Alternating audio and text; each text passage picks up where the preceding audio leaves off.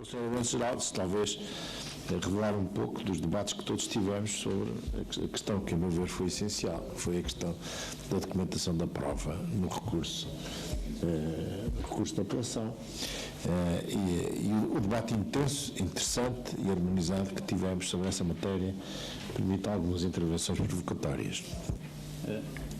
Não é propriamente uma provocação, mas é mais um complemento, já se falou aqui de factos complementares, é mais um complemento daquilo do historial e da descrição que o Dr. Ribeiro Mendes fez das principais inovações. Não são muitas, efetivamente, felizmente não foram muitas, mas também nos ficou a ideia de que ainda era possível e ainda era, porventura, razoável que houvesse outras alterações, mas também nos pareceu que não seria conveniente, na medida em que, uma vez que o regime anterior tinha entrado em vigor em 2008, apenas para vigorar para os novos processos, não havia um tempo de maturação suficiente ainda que justificasse que houvesse grandes alterações. Ainda assim, portanto, aquelas alterações que houve foi nos aspectos que pareceram fundamentais para repor algumas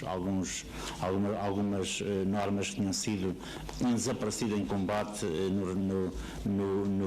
na alteração de 2008.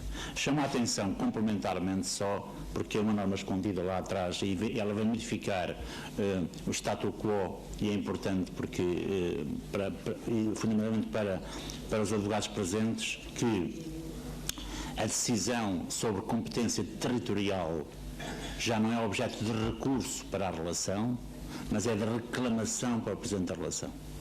É o artigo 105, e isso tem um efeito, é que sendo recurso o prazo era de 15 dias para recorrer, sendo reclamação o prazo é de 10 dias para reclamar. E, portanto, esse é um aspecto importante e que tem outro efeito, para mim, ainda mais importante, é o que a reclamação tem efeito suspensivo. Isso significa, portanto, que o processo não é remetido para outro tribunal sem que o Presidente da relação aprecie aquela reclamação, o que é bom, em meu entender, para o recorrente, na medida em que ele não se vê afetado imediatamente com as consequências que antes emergiam do facto do recurso ter efeito meramente devolutivo. Portanto, é um aspecto que chama a atenção, artigo 105, número 4. Portanto, reclamação, por um lado, prazo é diferente, 10 dias, competência, Presidente da relação, efeito suspensivo da decisão e, portanto, se o Presidente da relação revogar o despacho, significa que o processo manteve-se no tribunal onde estava e aí vai prosseguir os termos normais. Se o Presidente da relação mantiver o despacho, então aí é definitiva a decisão e, portanto, o processo é remetido com todas as consequências. Pelas divergências que existiram na implantação da dupla conforme. É sobre a definição de dupla conforme. Como sabemos, na jurisprudência do Supremo, há divergência em relação ao que deve entender-se por dupla conforme. Há um entendimento formal, segundo o qual dupla conforme é aquela em que a relação coincide inteiramente com o segmento decisório da primeira instância, portanto, só há dupla conforme se houver uma decisão totalmente idêntica quanto aos resultados.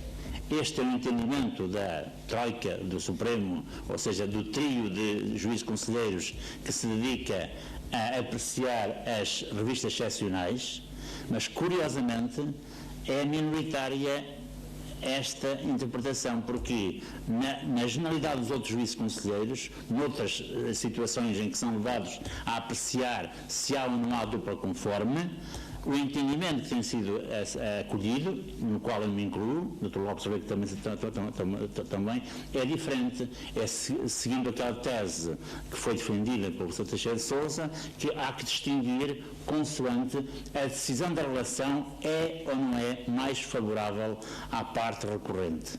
Portanto, chama a atenção para este aspecto e que, muito provável, eu creio que em bom rigor, talvez já se tivesse exigido uma clarificação legislativa, ela não ocorreu por essas circunstâncias, mas chamar a atenção para que há esta divergência que provavelmente, se não houver uma alteração legislativa, ela terá que ser resolvida através de uma uniformização de jurisprudência, porque também me parece que é inconcebível que no Supremo Tribunal de Justiça, em relação a uma questão destas, não haja um entendimento uniforme numa matéria que é importante para a parte recorrente. E, portanto, chama a atenção para esse aspecto. No mais, o Sr. Doutor e bastonário Castro Caldas provocou-me aqui para intervir sobre esta alteração que houve quanto ao recurso de apelação na parte da impugnação da decisão de matéria de facto. Já se sabe que a razão pela qual houve esta alteração legislativa, ela não foi propriamente uma iniciativa da Comissão, havia uma linha do programa de governo que implicava precisamente que houvesse alterações legislativas que levassem a que houvesse um reforço dos poderes da relação em termos de matéria de facto, e portanto aqui o que a Comissão fez e depois o projeto concretizou foi o de dar forma a essa vontade do Poder Executivo no que concerne a este reforço.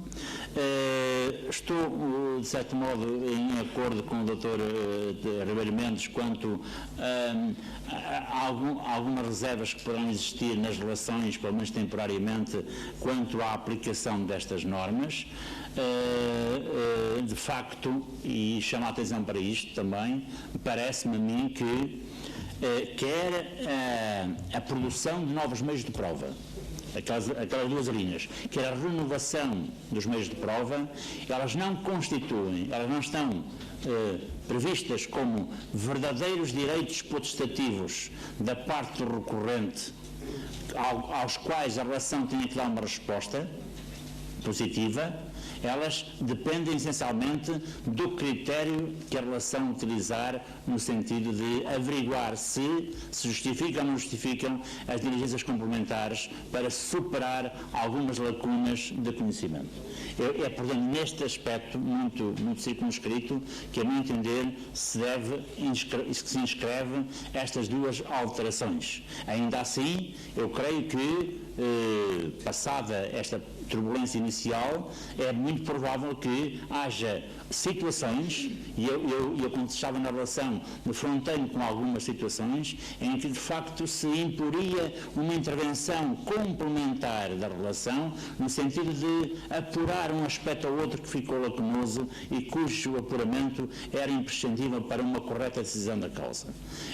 Isso acontece, ou poderá acontecer, nestes casos que foram aqui referidos pelo Dr. Ribeiro Mendes, o caso de uma inspeção judicial que seria necessária para clarificar uma dúvida qualquer sobre as medições, sobre características físicas, etc., mas talvez a situação mais frequente é aquela em que, na realidade, há uma ausência de um documento no processo que está facilmente acessível porque está numa instituição pública, é possível requisitá-lo e daí pode depender a clarificação de uma dúvida. É o caso com o qual eu me defrontei às vezes, os processos administrativos que existem nas câmaras municipais relacionados com obras que também colidem com direitos privados que estão a ser apreciados no recurso de apelação. E, portanto, chamo a atenção de que é possível que, através destas medidas, se consiga melhorar os resultados ao nível da justiça material, mas, mais uma vez digo, é uma intervenção complementar que não deve ocultar o ónus que impende sobre as partes e que deve ser exercido na primeira instância. Ficava por aqui então. Obrigado. Muito obrigado, Sr. Secretário.